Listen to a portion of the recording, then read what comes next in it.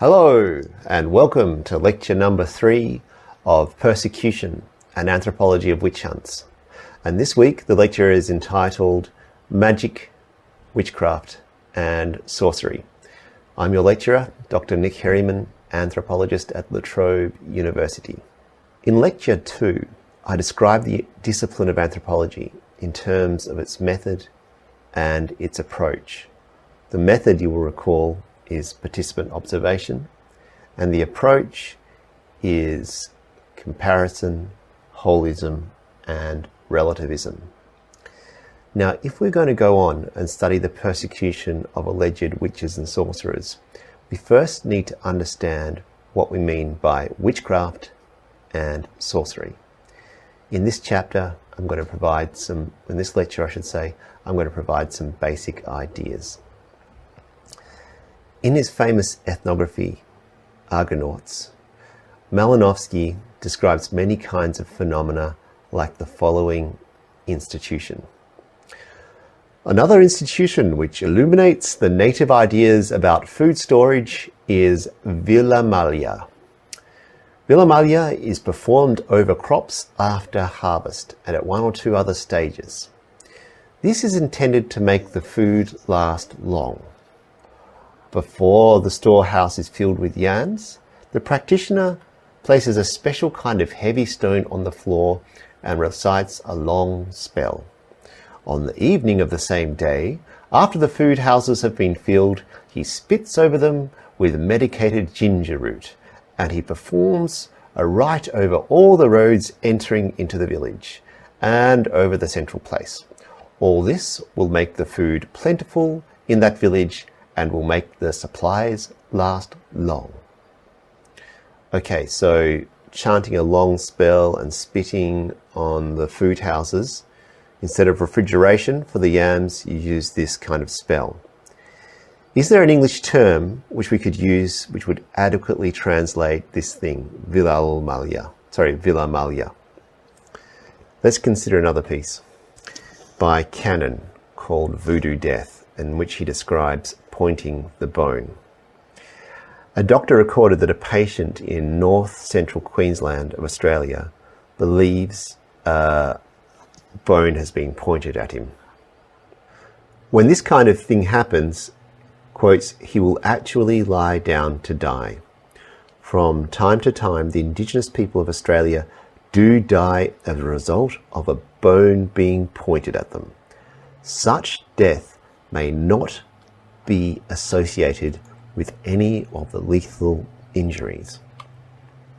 Okay, a bone is pointed at somebody and they go and die. So can we use the word magic and do justice to all the nuances and connotations of pointing the bone or Villamalia? Most probably not. The word magic won't cover all the connotations of these practices, but it is most probably adequate for our purposes. In other words, we might define magic, as I have before, as, quotes, actions based on a perception that adherents can influence the world around them through supernatural means, or as, quotes, actions based on a belief that through harnessing imperceptible or extraordinary powers we can control events. Now, if we use that kind of definition for magic, we can at least refer to Villamalia and bone pointing, even if we can't really get the subtleties of these practices.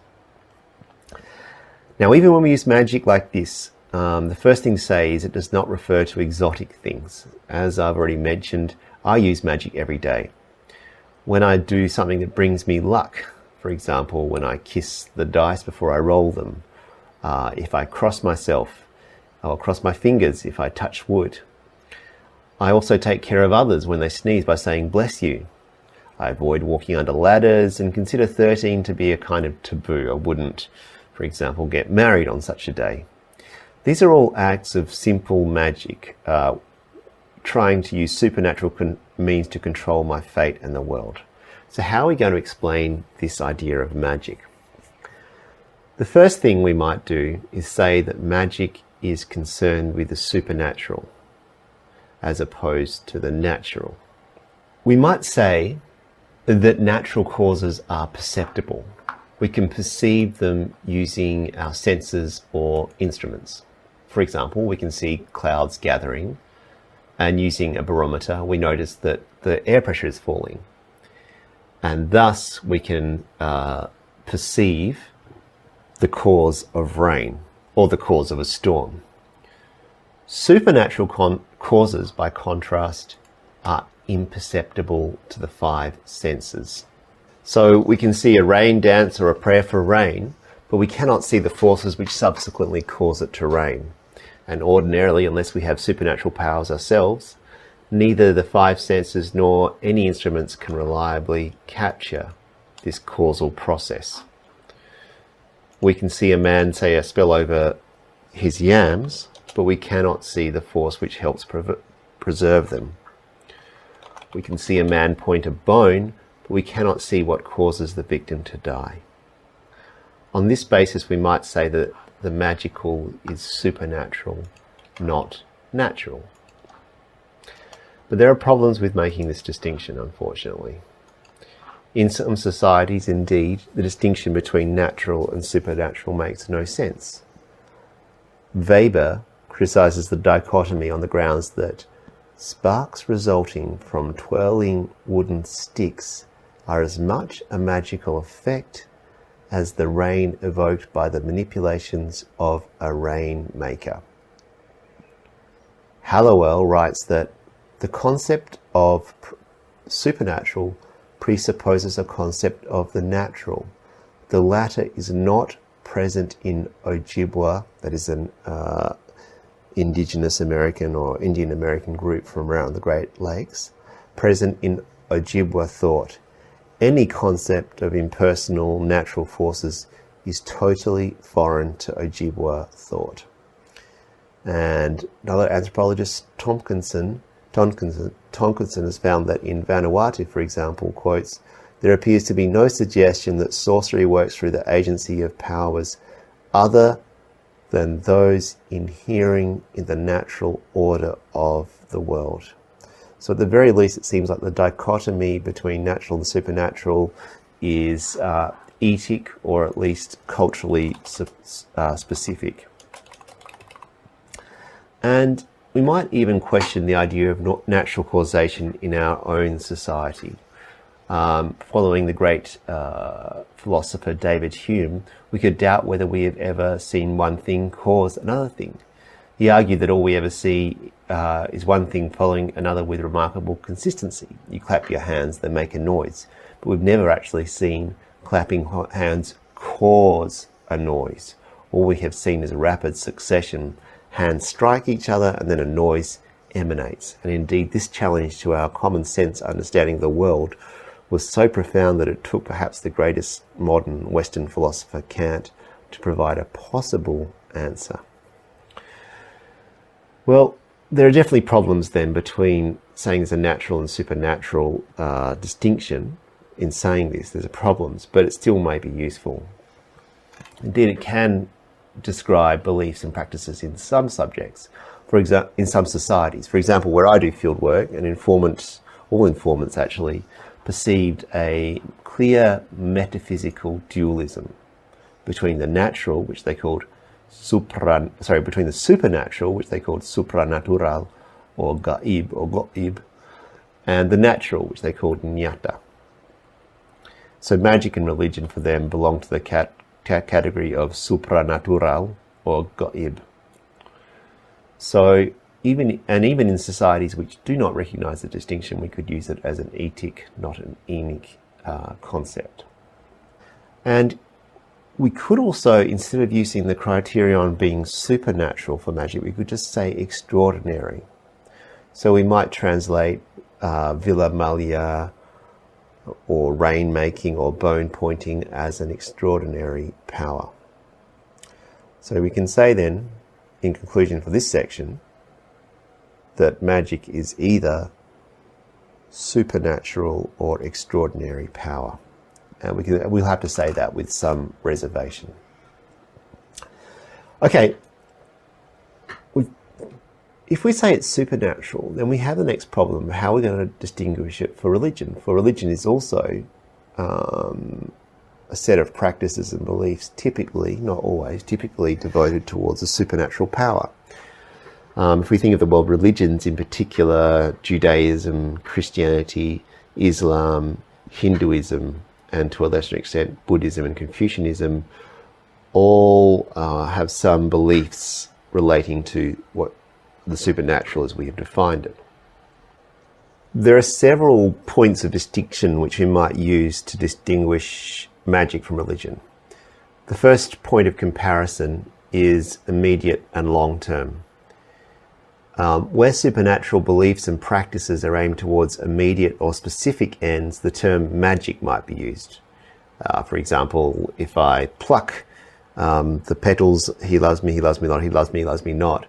It's a very specific thing. I want somebody to love me. Where the beliefs and practices are aimed towards something long-term and general, the word religion might be used. In other words, dear God, after I die, please let me go to heaven. So immediate versus long-term is one point of comparison. The other one, raised by a man called Fraser, James George Fraser, is the distinction between control and submission. Magic is characterized by a sense of control over the natural world. If I say a prayer over these yams, I can preserve them for longer. Religion, by contrast, is characterized by a sense of submission to the will of gods. You can't really change anything directly, you just submit to God's will in religion. The third point of distinction is between individual and community. For Weber, at least, magic is about the individual's desire for a better, more meaningful existence, whereas religion is about the salvation of the entire religious community. The fourth point is between local and global, if you like. What I mean by that is that magic can be associated with local or village ways. In other words, what's called little tradition. Whereas the world religions are associated with large-scale or international trends. So, for example, Spain, Italy and Venezuela were at one point predominantly Catholic. And this religion, Catholicism, connects different parts of the world. However, the local beliefs are unique. In Spain and Italy, witchcraft has been associated with the mal occhio, the bad eye, the evil eye, sorry. Whereas in Venezuela, magic tends to be associated with contracts with the devil, in other words, diabolical pacts. So local elements such as malocchio or diabolical pacts are magical. The international connected elements such as Catholicism are religion. Now there are problems with all this, with defining religion the way I have and making this distinction, and they're too many and too complicated to discuss here. But if we proceed with this distinction, and I think we should, it's probably better to treat it as a continuum, where any belief and practice we come across could be defined more as magic or more as religion, but not completely one or completely the other. Okay, now we've looked at magic and religion, we need to focus on magic in more detail. Okay. So when we come across supernatural means to help and cure people, we might call this white magic. If someone is believed to communicate directly with spirits to heal people, we might call that person a shaman. If it is believed that a spirit or God takes possession of the person's body, then we might call the person a medium. Shamans and mediums might go into a trance-like or abnormal state of consciousness, and in many cases they have no recollection of what was said or what happened while they were healing. We use the word witch doctor when we come across someone who specializes in identifying witches or sorcerers and or healing and curing their victims. Elkin, a famous anthropologist, describes men of high degree who, having powers derived from the heroes of the Dreamtime, that is the ancestors, as well as having powers derived from a long line of other medicine men, can use their powers to cure superordinary causes of death. In other words, magical causes of death. Okay, let's now talk about witches and sorcerers. First of all, the term I want to discuss is maleficium. Maleficium is a term that doesn't come up often in anthropology, but does appear frequently in discussions of the European Great Witch Hunt. So maleficium is used by historians of Europe to describe everyday acts of witchcraft. If you use magic to cause it to rain on your neighbour's wedding, this could be called maleficium. The plural is maleficia. Now, anthropologists have come up with other terms to describe black magic, and these come from Evans Pritchard. Among the Azandi, whom Evans Pritchard studied, people practice mangu without realizing it. Mangu means they have an evil thought about someone, and most probably unbeknownst to them, their evil thought interacts with black stuff that is located in their belly. And this causes misfortune in the person they were thinking about. That is mangu. Now, Evans Pritchard decided to translate mangu as witchcraft.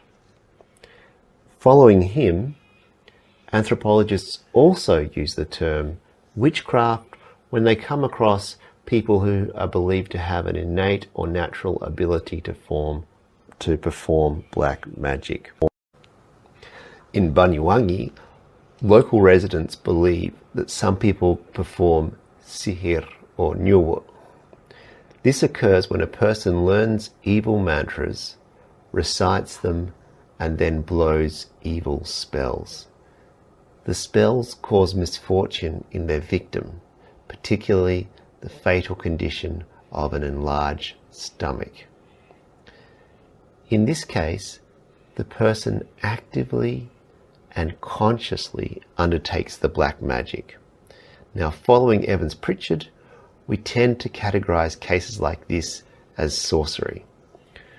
When we translate mangu as witchcraft or sihir as sorcery, do we retain the subtlety and nuance of these words and the context? Again, most probably not. But again, we do need conventions to talk about witch hunts. So these words, witchcraft and sorcery, will have to do. Now, some consequences flow from these definitions. When we are talking about people who innately practice black magic, that is witches, they may be unaware of their identity.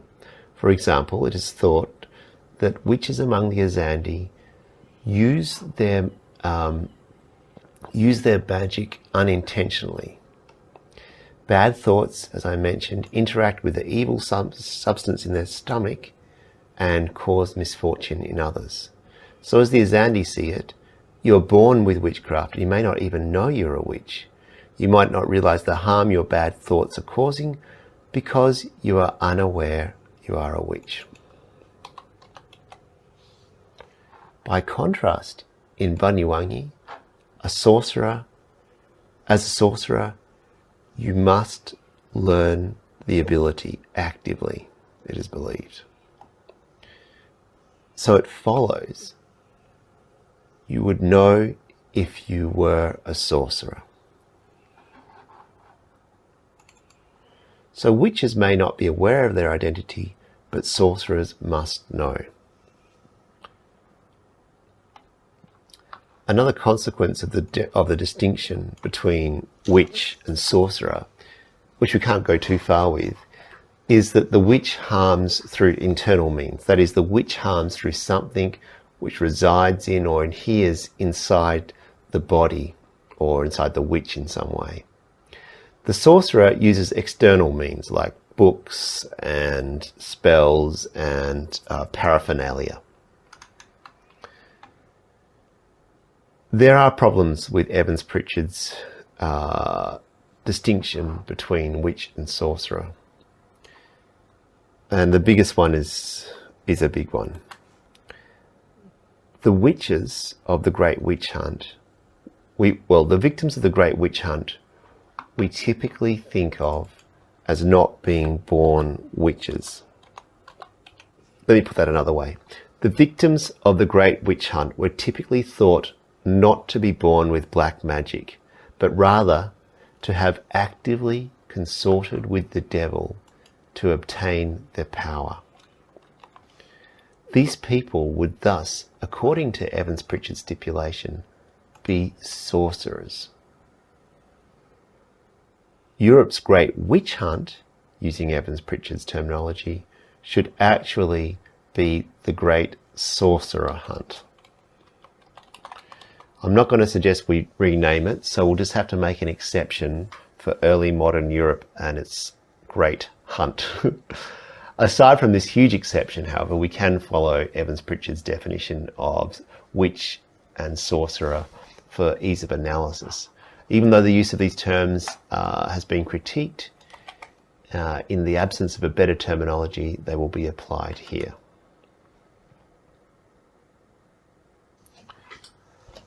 Another problem is that in real cases which we come up against in different societies, it is difficult to apply one term or the other. In other words, we might come across a society which has beliefs and practices which may blur aspects of what we call witch and sorcerer. Indeed, even though there is much blurring of these